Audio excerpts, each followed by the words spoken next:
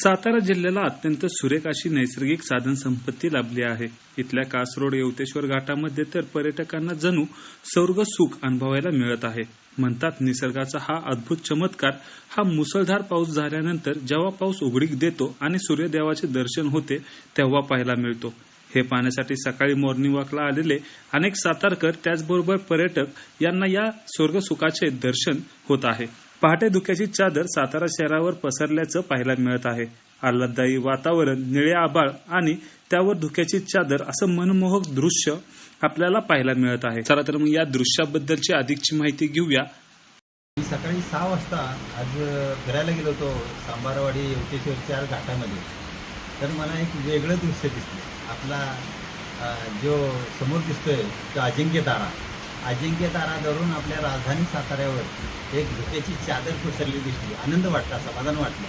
हा सातारा जिल्हा म्हणजे साताऱ्याचं नाव सप्ततारा, सज्जनगड, अजिंक्य तारा, वर्धनगड, जरंडेश्वर, चंदनगड, गोंधळगड आणि वैराटगड हे 7 गड सप्ततारा, 7 गड 7 किल्ले म्हणजे सप्ततारा म्हणून साताऱ्याची ओळख असलेल्या ठिकाणी आणि राजधानी साताऱ्यावर जी सकाळची 6च्या दरम्यान जी पावसाची धुक्याची चादर जी पसरली होती, समाधान वाटलं बघून. माझ्या नजरेत सुद्धा घेतलं आणि मोबाईलमध्ये सुद्धा घेतलं.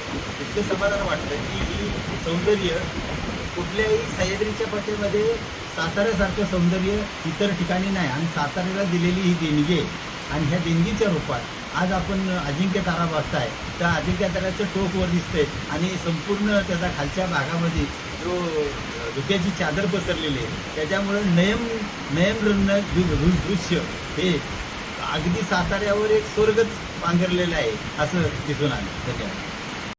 अनेक महिन्यांनी अनुभवायला मिळाला धुक्याचा आनंद नागरिकांना आल्हाददायक वाटत आहे. यंदा पावसाळ्यातही नागरिकांना उन्हाचा तडका सोसावा लागत आहे.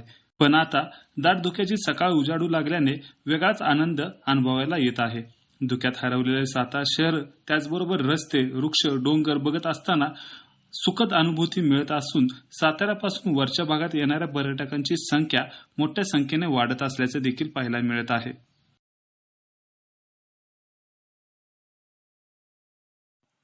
न्यूज 18 लोकलसाठी शुभम बोडके, सातारा.